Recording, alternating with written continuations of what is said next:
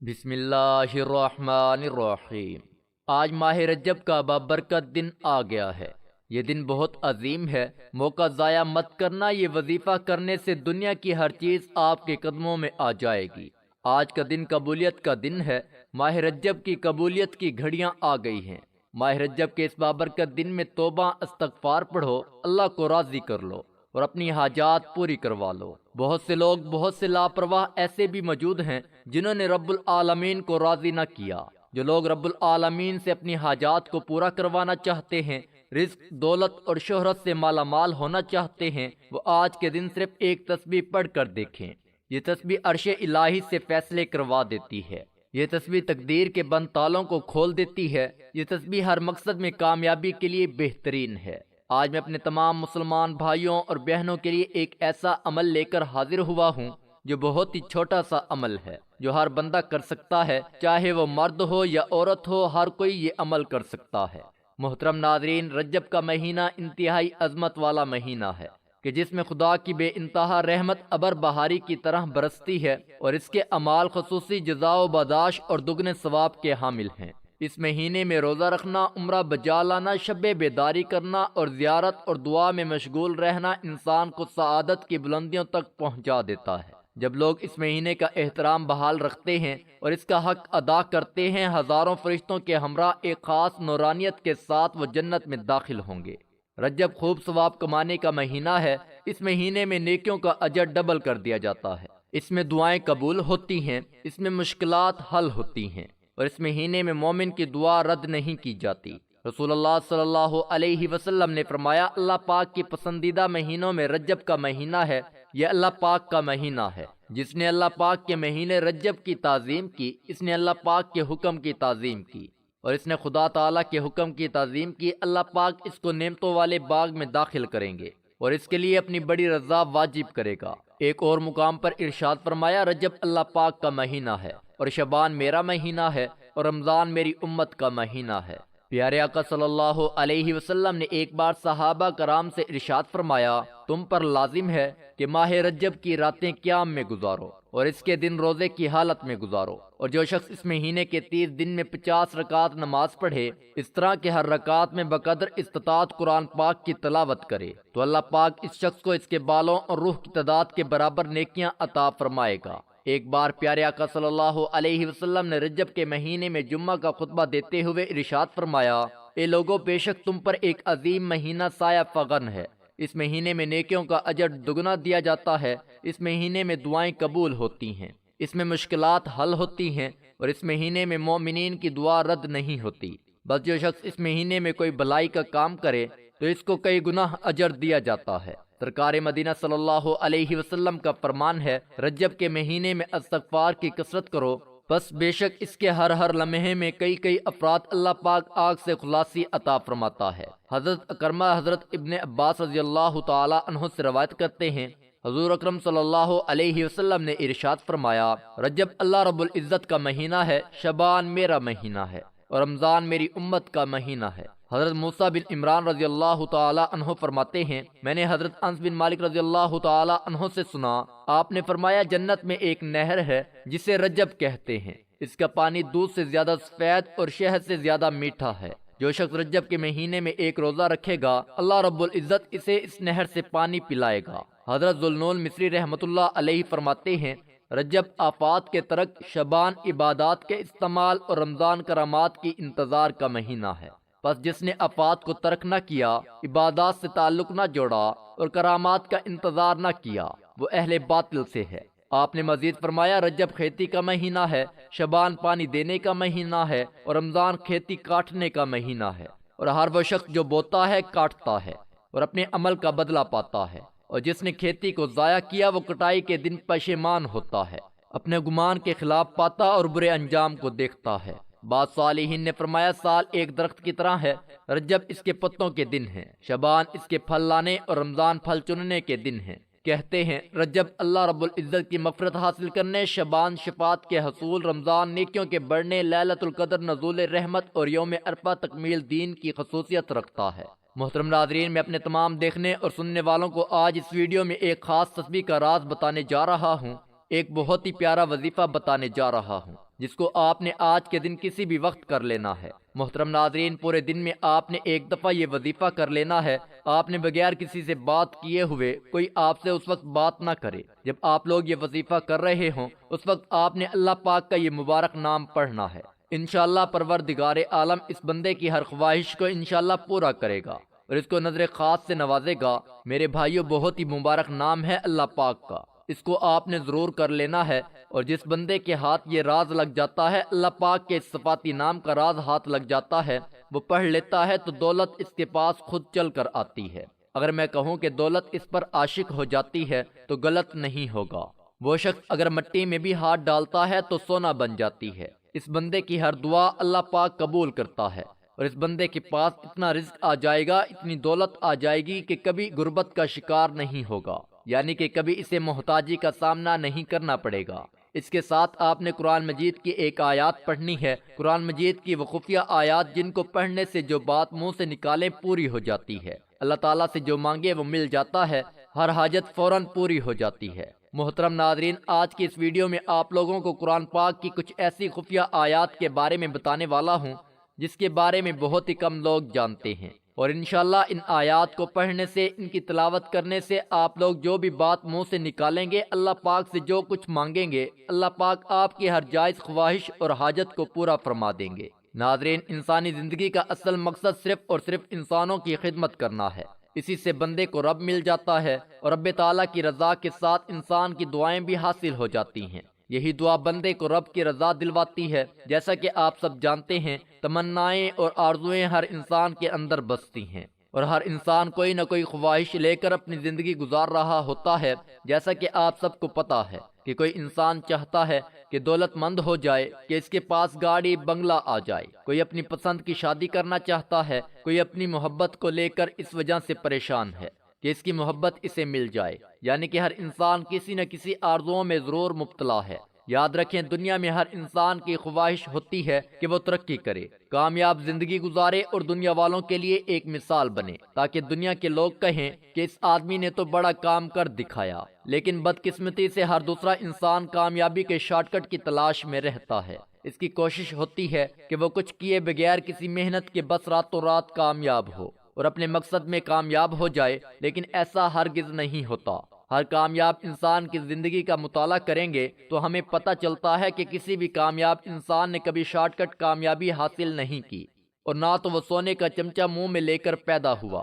آج دنیا کے ٹاپ لوگوں کو آپ لوگ دیکھ رہے ہیں، کامیاب لوگوں کو دیکھ لیں تو آپ کو پتہ لگے گا کہ انہوں نے کس طرح اپنے مقصد میں کامیابی حاصل کی، دن رات ایک کیا، پھر کہیں جا کر وہ عزت و مرتبے کے اس مقام پر پہنچے اور پھر دنیا کی اعلیٰ ترین شخصیت میں ان کا نام آیا۔ تو آج میں آپ لوگوں کو قرآن پاک کی جن آیات کے بارے میں بتانے والا ہوں، یہ آیات آپ کو ہر مقصد میں کامیابی دلا دے گی۔ آپ جیسا چاہیں گے انشاءاللہ ویسا ہی ہوگا، اور جس چیز کی، جس بات کی آپ تمنا کریں گے، اللہ پاک آپ کو وہ ضرور عطا فرما دیں گے۔ حضرت علی رضی اللہ تعالی عنہ نے فرمایا کہ کئی دن ایسے گزرے کہ نہ ہمارے پاس کوئی چیز تھی اور نہ حضرت صلی اللہ علیہ وسلم کے پاس۔ میں گھر سے باہر نکلا تو مجھے راستے میں ایک دینار پڑا ہوا ملا۔ تھوڑی دیر میں سوچتا رہا کہ اسے اٹھاؤں یا نہ اٹھاؤں، لیکن بلا آخر میں نے اسے اٹھا لیا، کیونکہ کئی دن کے فاقے کی وجہ سے ہم بڑی مشقت میں تھے۔ میں اسے لے کر ایک دکان پر گیا اور اس کا آٹا خرید کر حضرت فاطمہ رضی اللہ تعالی عنہا کے پاس لایا، اور میں نے کہا اسے گوندھ کر روٹی پکاؤ۔ چنانچہ وہ آٹا گوندنے لگی۔ بھوک کی وجہ سے ان کی کمزوری کا یہ حال تھا کہ ان کی پیشانی کے بال آٹے کے برتن سے ٹکرا رہے تھے۔ پھر انہوں نے روٹی پکائی۔ پھر میں نے حضور صلی اللہ علیہ وسلم کی خدمت میں حاضر ہو کر سارا قصہ سنایا۔ آپ صلی اللہ علیہ وسلم نے فرمایا، تم اسے کھا لو، کیونکہ یہ وہ روزی ہے جو اللہ تعالیٰ نے تم کو غیبی خزانے سے عطا فرمائی ہے۔ حضور اقدس صلی اللہ علیہ وسلم کے ایک صحابی جو بہت غریب تھے، ایک دن نبی کریم صلی اللہ علیہ وسلم نے اس سے پوچھ لیا کہ اے میرے غلام، کیسے دن بیت رہے ہیں؟ صحابی نے عرض کی، آقا، رشتہ داروں میں، برادری میں امیر لوگ بھی ہیں، اونچے اونچے خاندان والے بھی ہیں، مگر میں بہت غریب ہوں اور اس غریبی کی وجہ سے کوئی میری طرف توجہ نہیں دیتا۔ میرے آقا، میں غریب ہوں، غریب کو کون پوچھتا ہے؟ اس غریب آدمی کی محبت بھری گفتگو ہو رہی تھی۔ وہ اپنے دکھ درد نبی کریم صلی اللہ علیہ وسلم کو سنا رہا تھا کہ اچانک جبرائیل علیہ السلام آ گئے اور فرمایا، اے اللہ کے حبیب، جس جوان سے محبت بھری گفتگو فرما رہے ہیں، یہ تو کل ظہر تک زندہ ہے، کل وقت تک اس کی زندگی ہے، پھر یہ فوت ہو جائے گا۔ کل ظہر کے وقت اس کا انتقال ہو جائے گا۔ حضرت جبرائیل لوح محفوظ سے دیکھ کر آئے، اس کی موت مقدر بن چکی تھی۔ فرمایا آقا اس کے پاس بہت تھوڑا وقت ہے۔ جبرائیل علیہ السلام نے اتنی ہی بات بتائی اور واپس چلے گئے۔ جب فرشتوں کے سردار یہ خبر دے کر واپس چلے گئے تو نبی پاک صلی اللہ علیہ وسلم کی آنکھوں میں آنسو آ گئے۔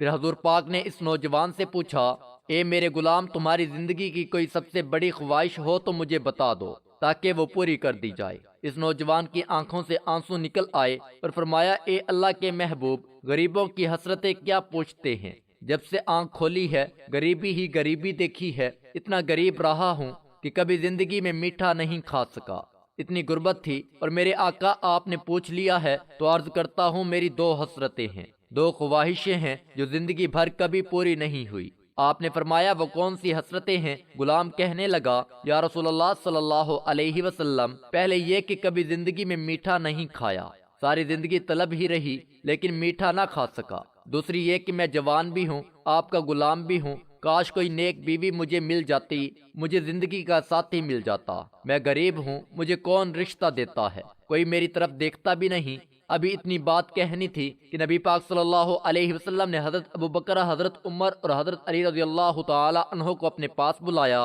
اور اس نوجوان سے پوچھا، تمہاری نظر میں کوئی رشتہ ہے؟ نوجوان کہنے لگا، یا رسول اللہ صلی اللہ علیہ وسلم، میرے چچا کی بیٹی ہے، خوبصورت ہے، نیک بھی ہے، لیکن غریبی کی وجہ سے وہ مجھے پوچھتے نہیں ہیں۔ حضور پاک صلی اللہ علیہ وسلم کی عظمتوں پر سلام۔ آپ نے فوراً اس کے چچا کو بلوایا اور کہا، اپنی بیٹی دلہن بنا، میں نے اپنے اس غلام کا نکاح اس کے ساتھ کر دیا ہے، ابھی رخصتی ہوگی اور ابھی نکاح ہوگا۔ آپ نے حضرت عثمان اور حضرت علی شیر خدا کو بلایا اور فرمایا، نوجوان کے لیے نئے کپڑے لے کر آؤ۔ کسی صحابی سے کہا برتنوں کا انتظام کرو، کسی سے کہا چارپائیوں کا انتظام کرو، یعنی سب کی الگ الگ ڈیوٹیاں لگا دی۔ پھر حضرت ابوبکر صدیق رضی اللہ تعالی عنہ سے فرمایا، اس کے لیے ایسا حلوہ بناؤ جو پہلے کبھی نہ بنایا ہو، کل اس نے چلے جانا ہے، آج اس کی دونوں حسرتیں پوری کر دی جائیں۔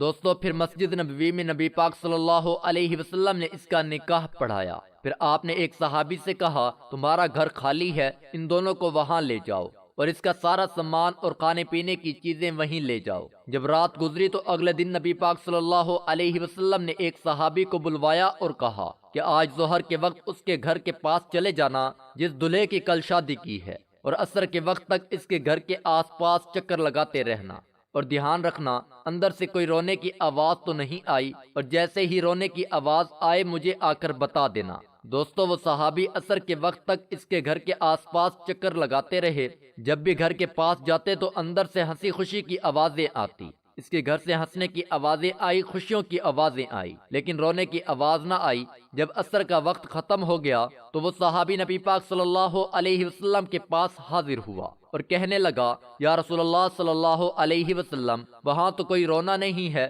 وہاں سے ہنسی خوشی کی آواز آ رہی ہے۔ میرے پیارے دوستو، حضور پاک صلی اللہ علیہ وسلم سجدے میں گر پڑے اور فرمایا، مولا یہ کیا راز ہے؟ کل جبرائیل نے خبر دی تھی کہ اس نوجوان کی ظہر کے وقت وفات ہو جائے گی، تو اللہ کی طرف سے آواز آئی، اے میرے محبوب، مجھے اپنی عزت کی قسم، جو جبرائیل نے خبر دی تھی وہ سچ فرمایا تھا۔ تقدیر یہی تھی کہ آج اس نوجوان نے مر جانا ہے، ظہر کے وقت فوت ہو جانا ہے۔ لیکن میرے حبیب، جب آپ نے اس نوجوان شخص کی شادی کے بعد دلہا دلہن کو گھر بھیج دیا اور کھانے کا سامان بھی ساتھ دے دیا، تو جب وہ عشاء کے وقت کھانا کھانے کے لیے دسترخوان پر بیٹھے تھے، ابھی لقمہ توڑ کر منہ میں ڈالنے لگے تھے کہ باہر دروازے پر کسی غریب نے دستک دے دی۔ اس نے آواز دی، میں کئی دنوں سے بھوکا ہوں، مجھے کھانا دے دو۔ اس صحابی نے اپنی بیوی سے کہا، میرے لیے اتنے شرف کی بات ہے کہ آقا نے میرا نکاح تمہاری جیسی نیک بیوی کے ساتھ کر دیا ہے، اگر اجازت ہو تو یہ سارا کھانا اٹھا کر غریب کو دے دیں۔ تو اللہ فرماتا ہے، میرے محبوب، اس جوان نے وہ میٹھا جو ساری زندگی نہیں کھایا تھا اٹھا کر میرے نام پہ دے دیا۔ تو جب وہ روٹی اور حلوہ فقیر کی جھولی میں پہنچا تو اس فقیر نے دونوں ہاتھ اٹھا دیے اور کہا، اے مولا، ان کی جوڑی سلامت رکھنا، ان کو خوشیاں دینا، ان کو اولاد دینا۔ پھر اللہ فرماتا ہے، اے میرے حبیب، مجھے اپنی عزت کی قسم، تقدیر میں یہی تھا کہ اس نے کل ظہر کے وقت مر جانا ہے، لیکن جب اس نے غریب کی مدد کی، اس کو کھانا کھلایا، تو میں نے اس کی تقدیر بدل کر زندگی بڑھا دی۔ محترم ناظرین، آج اگر ہم دیکھیں تو ہمارے ارد گرد، ہمارے ہمسایوں میں، رشتہ داروں میں بہت سے لوگ ایسے ہیں جو غریب ہیں، غربت کی وجہ سے پریشان ہیں، بیماریوں کی وجہ سے پریشان ہیں، اپنے پڑوسیوں میں دیکھو کوئی بھوکا تو نہیں سو گیا، اپنے رشتہ داروں میں دیکھو ان کے حالات تنگ تو نہیں ہیں، کوئی بیمار تو نہیں ہے کہ جس کے پاس دوائی کے لیے بھی پیسے نہ ہوں، ان کی مدد کرو۔ اللہ تعالیٰ کو یہ ادا اتنی پسند آ گئی تو آپ کی قسمت بھی سنور جائے گی۔ ہم لوگ بہت سے وظیفے پڑھتے ہیں، تسبیحات پڑھتے ہیں، لمبے لمبے سجدے رکوع کرتے ہیں، لیکن دوستو اگر ہمارے ساتھ والا ہمسایہ بھوکا ہی سو گیا تو ہمارے وظیفے کسی کام نہیں آئیں گے، تسبیحات کسی کام نہیں آئیں گی۔ آج ہی دیکھیں، آپ کی جیب میں 100 روپے ہو، 50 روپے ہو، 200 روپے ہوں، جتنا بھی ہو کسی غریب کے ہاتھ میں رکھ دیں، کسی کو کھانا کھلا دیں، کسی کی مدد کر دیں، کسی کی ضرورت پوری کر دیں۔ انشاءاللہ اگر آپ کے دل میں کوئی بھی حاجت ہوگی، کوئی بھی مقصد ہوگا جو آج تک پورا نہیں ہوا ہوگا، تو میرا پروردگار، میرا اللہ آپ کا ہر مقصد پورا فرمائے گا۔ جیسا کہ ابھی آپ کو ایک چھوٹا سا واقعہ سنایا ہے کہ اللہ تعالیٰ نے اس کی زندگی بڑھا دی، یعنی اس کی تقدیر کو ختم کر کے اس کی زندگی کو بڑھا دیا۔ اور میرے پیارے بھائیوں، دعا ایک ایسی طاقت ہے، ایک ایسی چیز ہے، ایک ایسی چابی ہے کہ جو آپ کی تقدیر کو بدل سکتی ہے۔ غریبوں کی دعائیں لیں، فقیروں کی دعائیں لیں، ان کی مدد کریں۔ جب کوئی آپ کے لیے دعا کرے گا تو آپ کا نصیب ہی بدل جائے گا۔ یہ وظیفہ کون سا ہے؟ یہ تسبیح کون سی ہے؟ یا ارحم الراحمین، شروع میں بھی آپ نے 11 مرتبہ درود ابراہیمی تسبیح کے اول آخر میں پڑھنا ہے۔ یہ 100 دانوں کی ایک تسبیح پڑھ لینی ہے، 100 مرتبہ یہ وظیفہ کر لینا ہے۔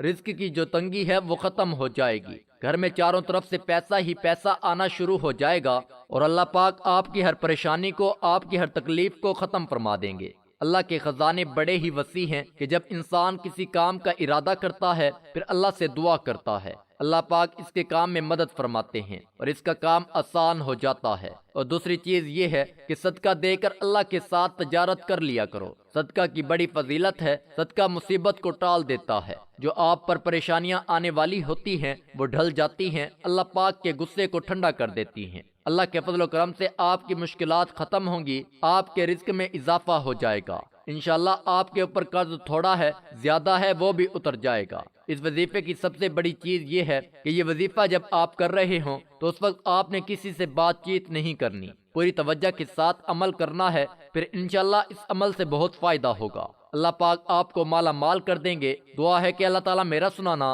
اور آپ کا سننا اپنی بارگاہ خداوندی میں قبول اور منظور فرمائے، آمین ثم آمین۔ دوستوں سے گزارش ہے کہ اللہ تعالیٰ کے 99 ناموں میں سے ایک نام کمنٹ میں ضرور لکھیں۔